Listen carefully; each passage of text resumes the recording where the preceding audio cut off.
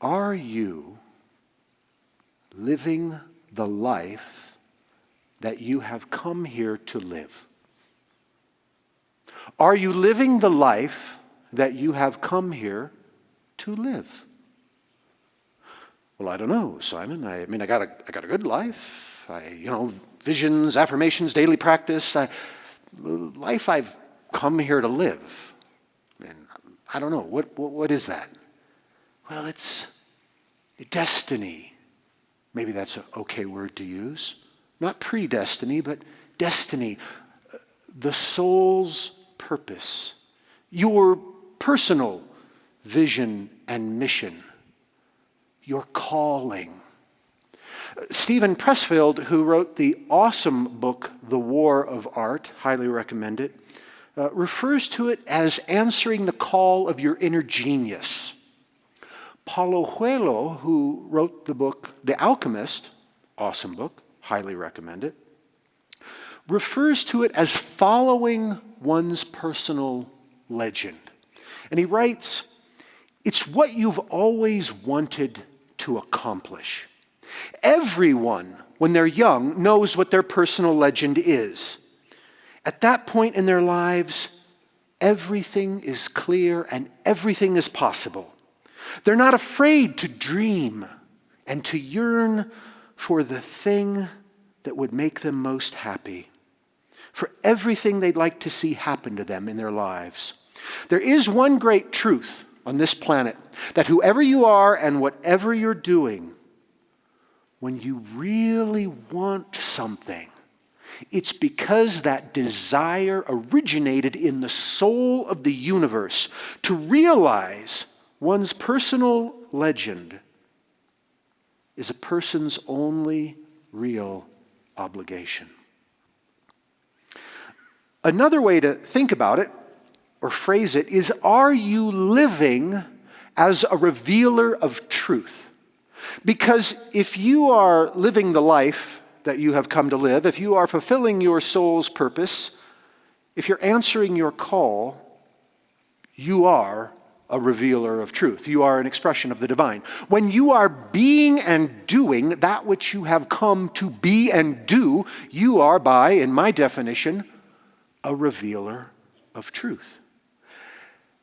And I think I prefer the term revealer of truth because it speaks to, it implies that it's the way I'm living, how I'm showing up, as opposed to, answering my soul's purpose, which kind of sounds like a one-time thing, right? Like you do it and then you're done.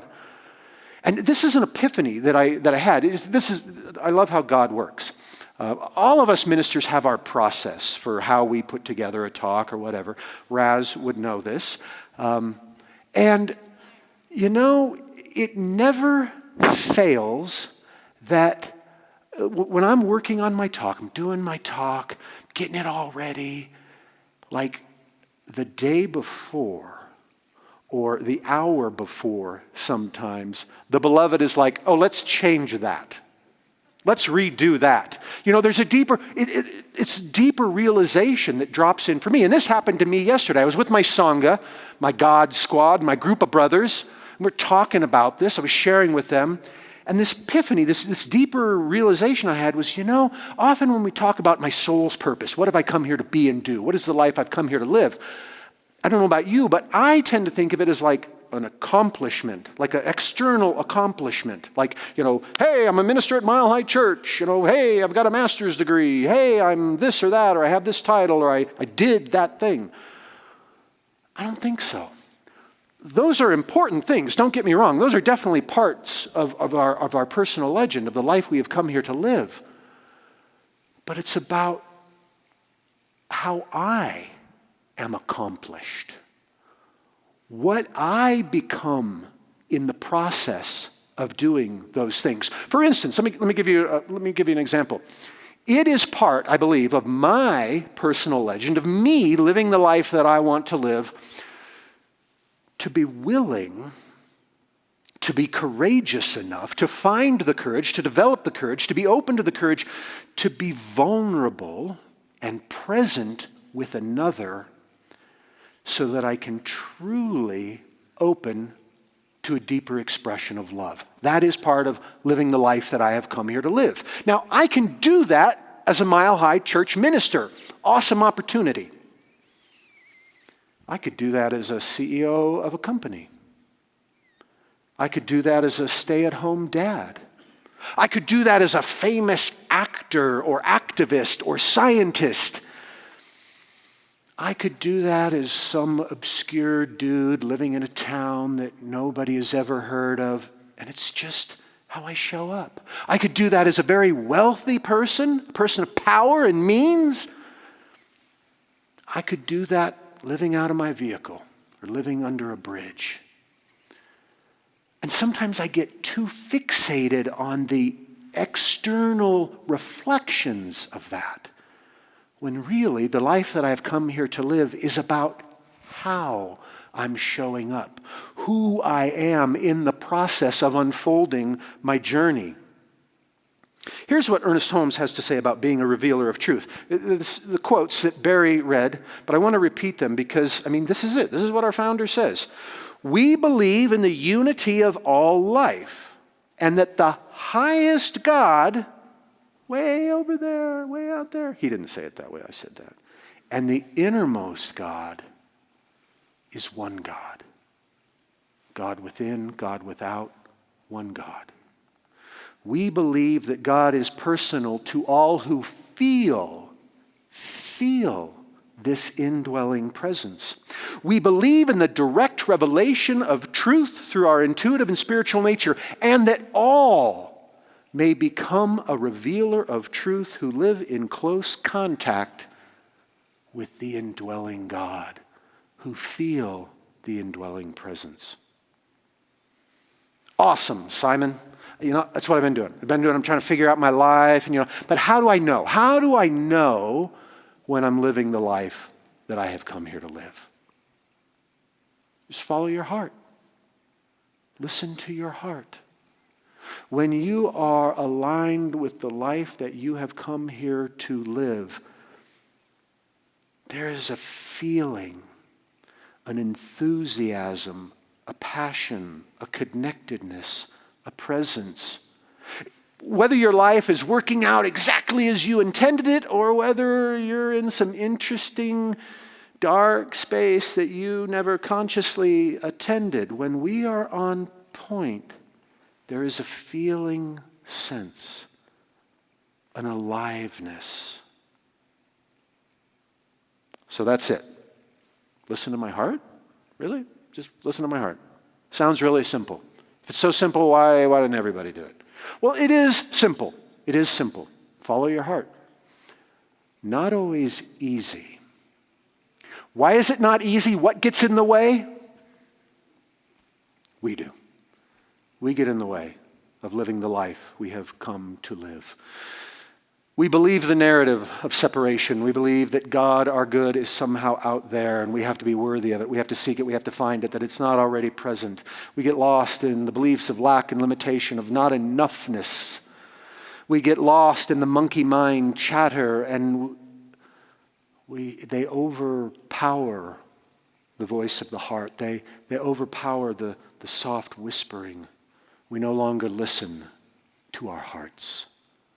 In the book The Alchemist, the main character, Santiago the shepherd, learns people are afraid to pursue their most important dreams because they feel they don't deserve them or that they'll be unable to attain them.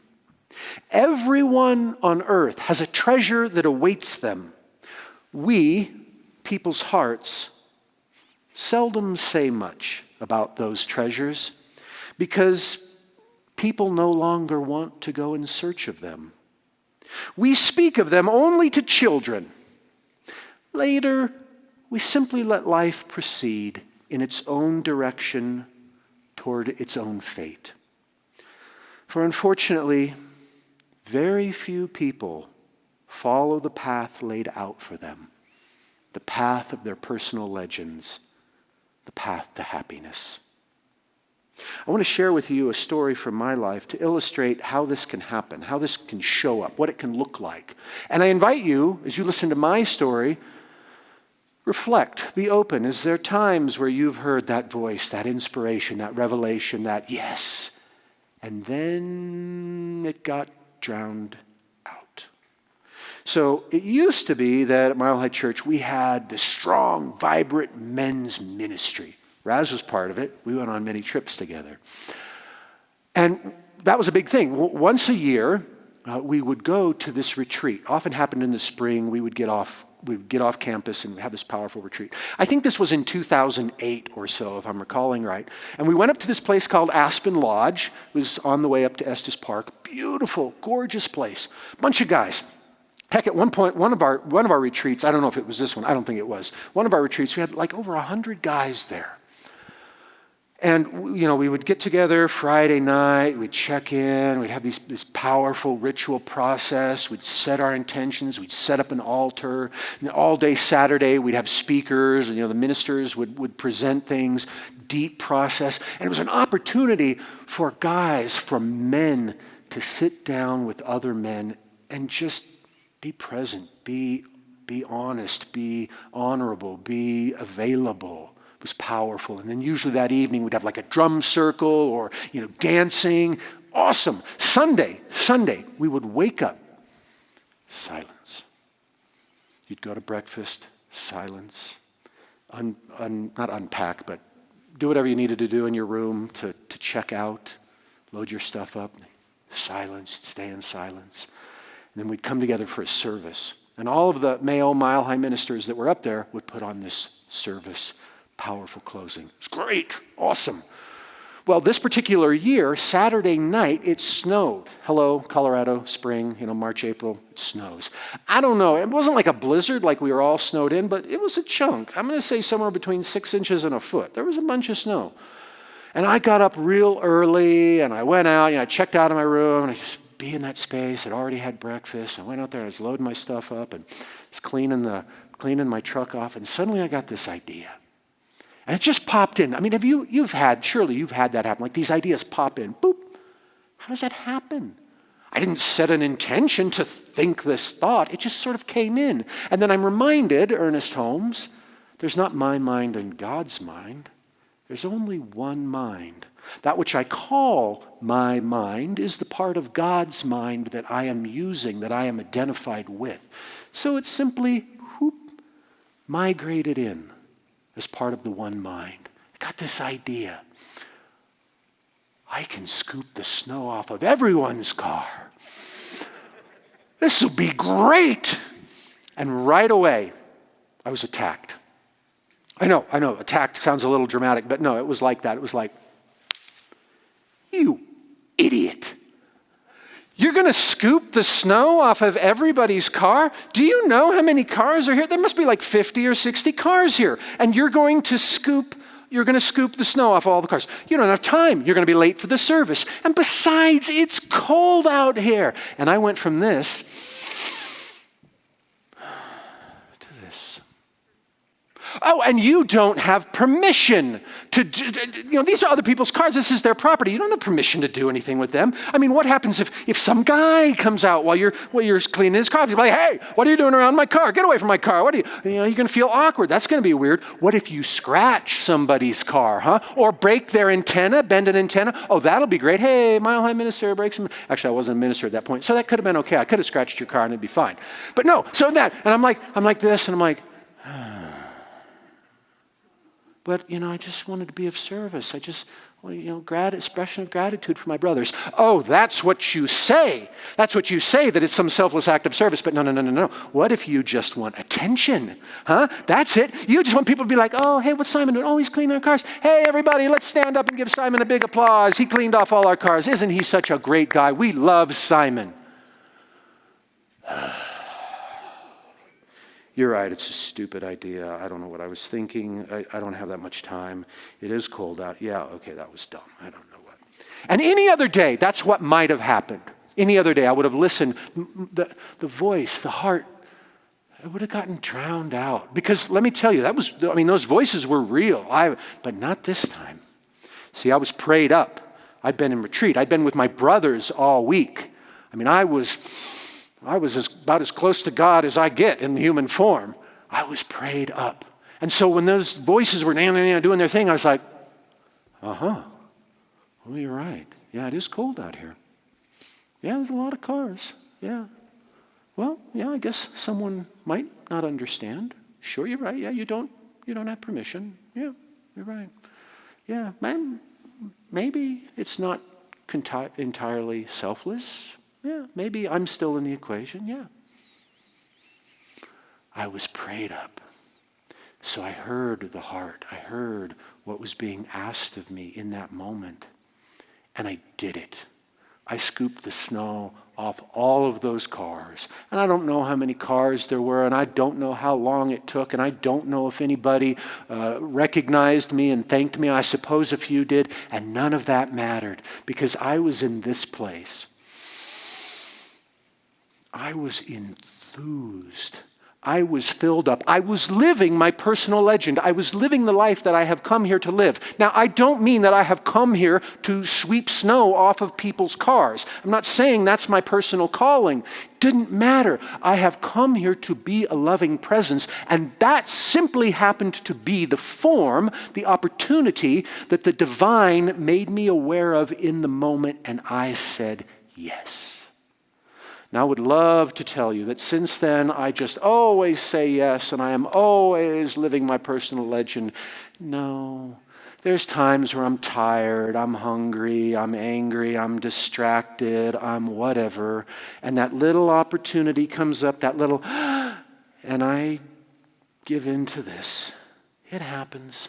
But I will tell you this, that having had that experience, I'm aware. And if I'm aware, I can choose. And it's my fondest hope and desire that in sharing this story with you, you're now aware too. And maybe, just maybe, you'll be a little more likely to catch that whisper of the heart. Now here, let's see, so here's the problem. Here's the danger. If I don't ever listen to my heart, right? If I always let it get squashed, if I always let those other voices override it, the danger is my heart will stop speaking. Or not stop speaking, but it won't be as loud. It'll get easier and easier to get lost in the distractions. It'll be easier and easier to listen to and believe the narrative of separation. It'll be easier and easier to just go, yeah, I'll just play it safe. I'll just be me. Yeah. Here's what it says from The Alchemist. Most people see the world as a threatening place, and because they do, the world turns out to indeed be a dangerous place, right? That's what we teach here, right? Life tends to mirror back what we believe it to be. So, we, their hearts, speak more and more softly. We never stop speaking, but we begin to hope that our words won't be heard. We don't want people to suffer because they don't follow their hearts. Because that is what makes hearts suffer most. And hearts do not like to suffer.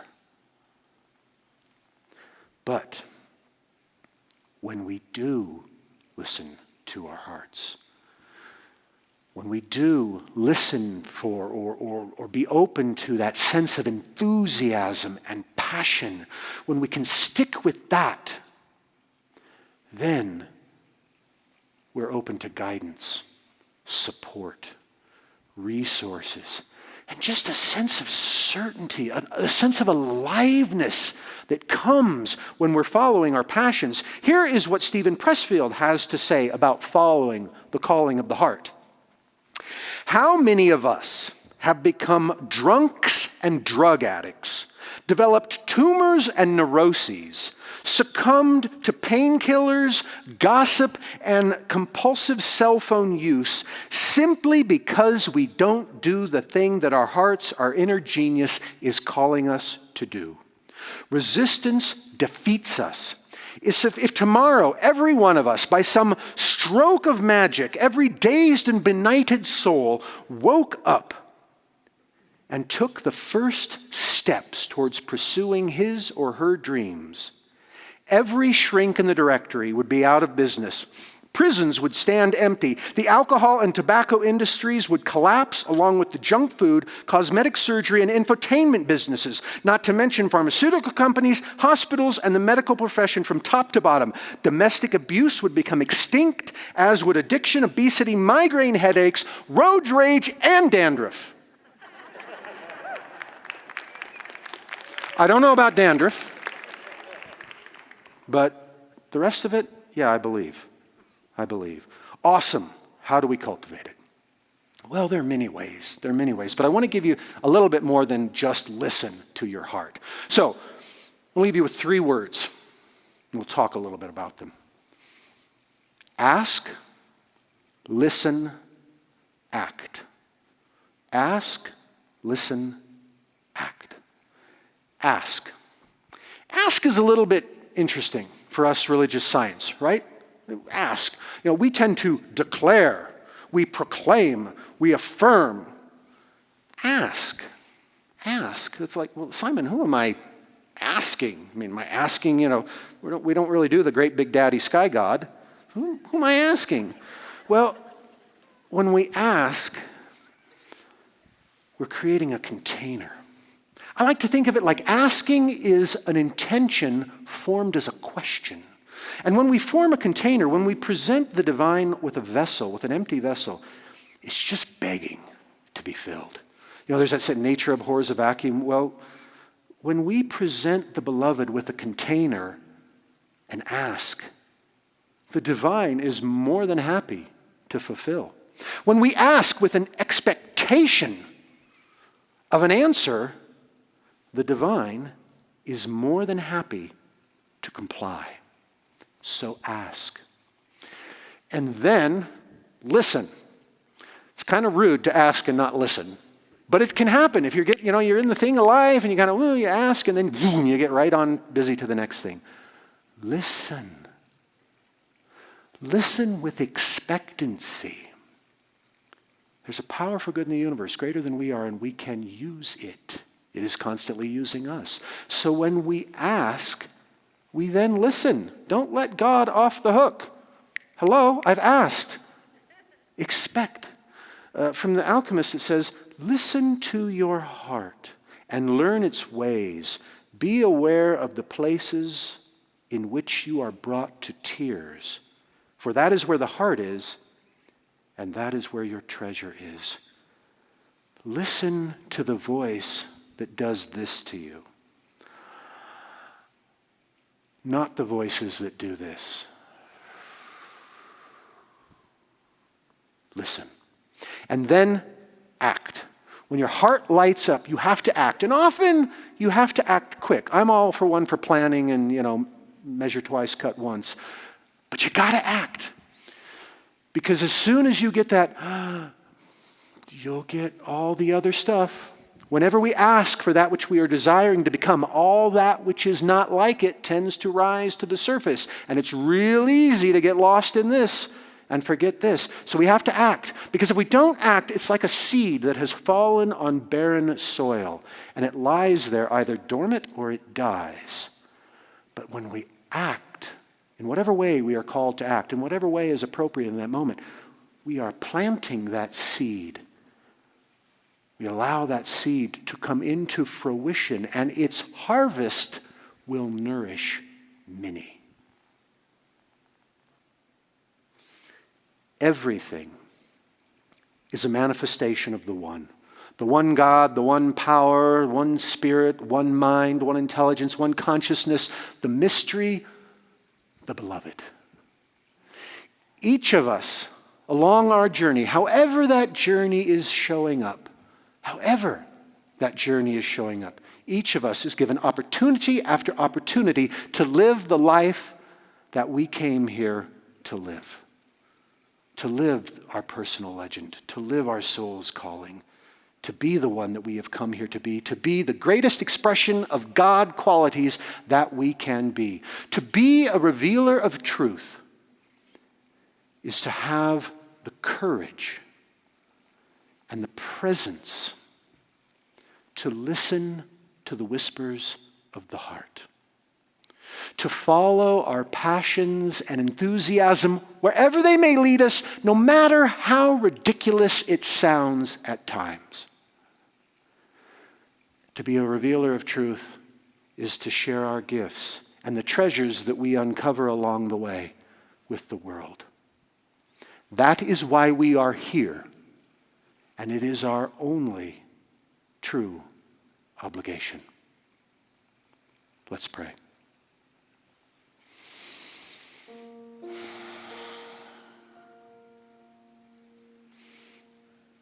I say yes to God. I step into this shrine of the heart. I affirm that God is all there is. And I ask in each and every moment, what is mine to do? In this moment, how am I to be? How is the beloved desiring to express through me in greater and greater ways in this moment? We ask. We ask the ever-present presence. And we listen.